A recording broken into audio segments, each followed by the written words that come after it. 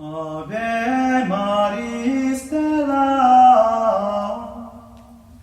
Hello and welcome back to Vatican II in a Year. I am your host, Father Matthew Schneider, a priest of the Elite Church of Christ and a theology professor. This is a podcast on the Star Christ Production Network at sqpn.com. Today we're on day 355 and we're covering Gaudium et Spes, which means joy and hope. We're covering paragraph 79 on natural law above civil law and important for peace. If you want to follow along, we have a reading plan and more details at sqpn.com/Vatican and frmatthewlc.com/Vatican. Yesterday, we started this section. We talked about peace is about seeking goodness of all and being peacemakers, not just no war. Today, we continue chapter 5, the fostering of peace and the promotion of a community of nations. And we start section 1, the avoidance of war. The summary of today is that war could be more brutal now, but we need to respect natural law and international agreements. Paragraph 79 has 5 subparagraphs, which we'll read in 4 parts. A is about how new war technology and tactics can make it more savage or brutal. B, natural law exists and is higher than civil law. C, we need to respect things like the Geneva Convention and conscience rights. D and E talk about the legitimacy of certain forms of defense. So let's begin with 79A. Even though recent wars have wrought physical and moral havoc on our world, the devastation of battle still goes on day by day in some parts of the world. Indeed, now that every kind of weapon produced by modern science is used in war, the fierce character of warfare threatens to lead the combatants to a savagery far surpassing that of the past. Furthermore, the complexity of the modern world and the intricacy of international relations allows guerrilla warfare to be drawn out by new methods of deceit and subversion. In many causes, the use of terrorism is regarded as a new way to wage war. I think this subparagraph makes sense if we think of all the kinds of weapons that were developed in the 50, 75 years before then and used. We think of nuclear weapons. Pretty bad. That's what we think of. It destroys all. But then there's a lot of weapons that have a lot of damage on a smaller scale, but it's still very horrendous. Mustard gas, which just makes you absolutely puke, was developed and used in the First World War. Agent Orange and napalm were used in Vietnam in many ways to destroy certain things. Napalm would stick to you, so you'd be on fire and you couldn't put it out. And so a lot of these have very horrendous results. There's other ones too. Those are the ones that I can think of right away. Oh, hollow point bullets, which explode inside of the person. Things like that. And this has destroyed many lives. I think it's undeniable that a lot of these weapons have killed people, destroyed their lives. And it also notes that the international relations, the idea, promoted a certain kind of guerrilla tactics. In this sense, we can think of situations like Vietnam, where it was all just in the jungles hiding and people with booby traps and things like that. And that creates a lot of issues. Another tactic related to guerrilla tactics is this idea of terror, where you make people scared, you make people afraid. I remember hearing a little story about how they pretended that there was a witch around to try and scare people off in a certain thing. That's terrorizing the local population. Moving on to B, natural law exists and is higher than civil law. Let's read 79B.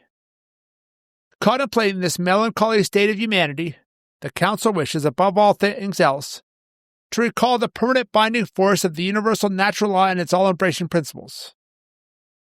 Man's conscience itself gives ever more emphatic voice to these principles.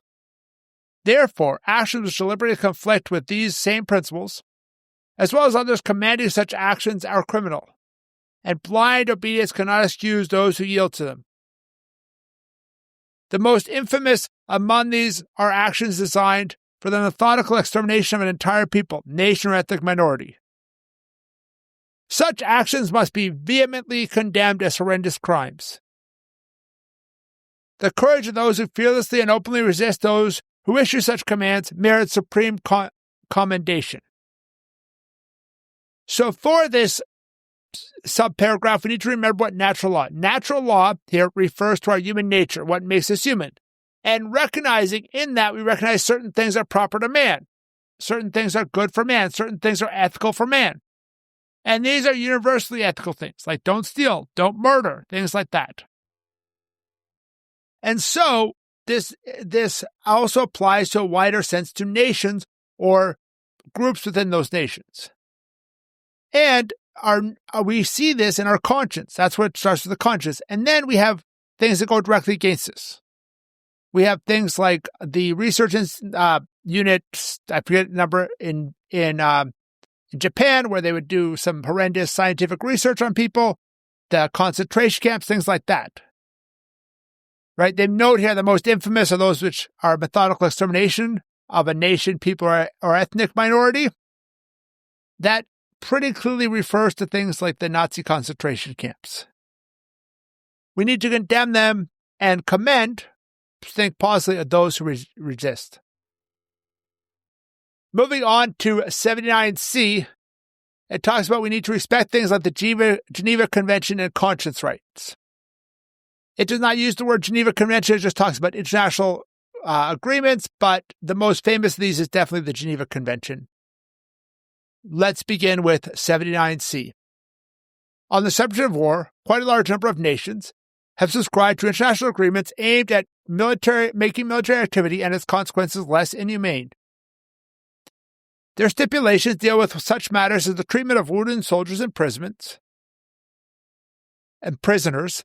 Agreements of this sort must be honored. Indeed, they should be improved upon so that the frightfulness of war can be better and more workably held in check.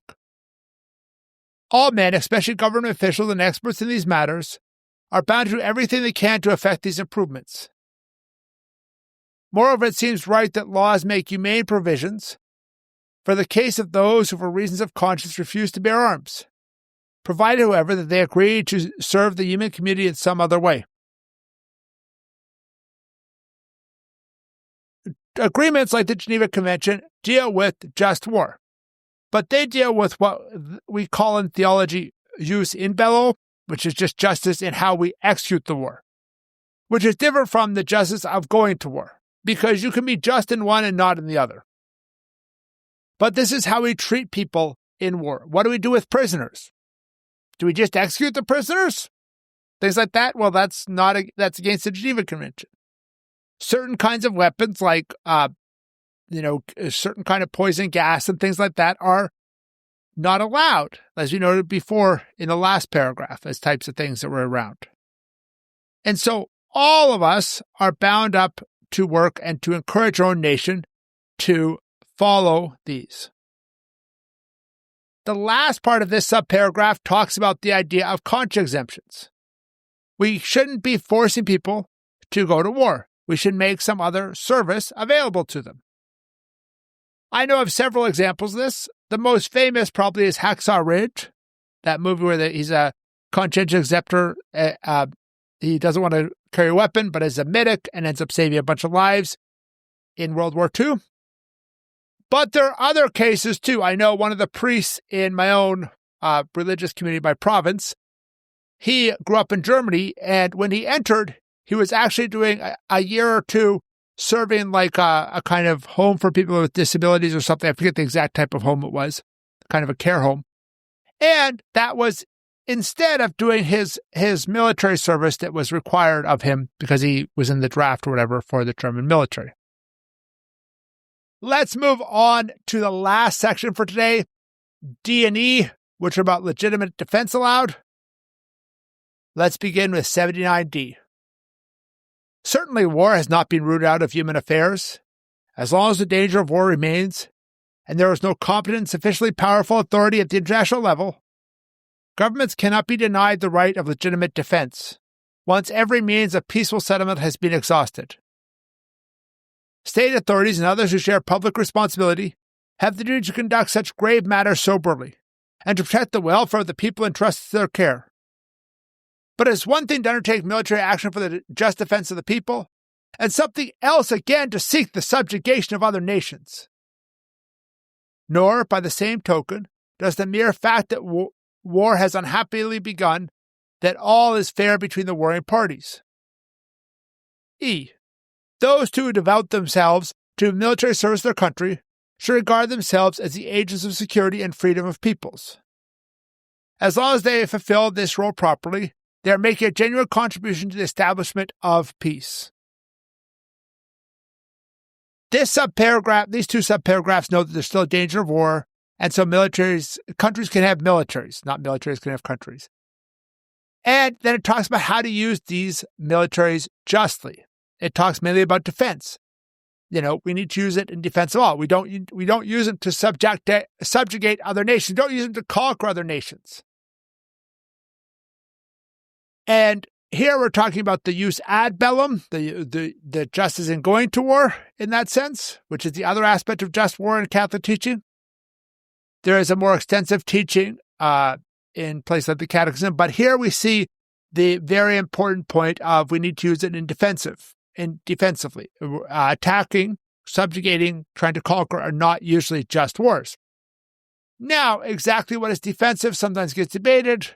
If, say, a country A stole a little bit of territory from country B, and country B then, quote-unquote, invades that part of themselves that country B just stole, or that they think is themselves, country B thinks is part of them.